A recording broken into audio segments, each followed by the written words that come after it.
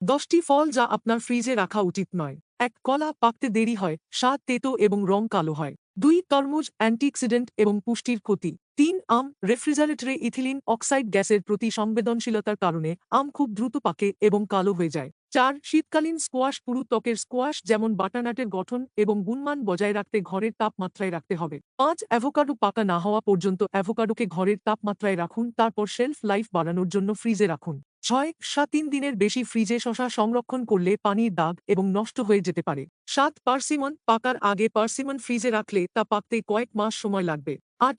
Pitch পাকার আগে ফ্রিজে রাখলে পানিশূন্যতা, শুষ্কতা এবং স্বাদ কমে যেতে পারে।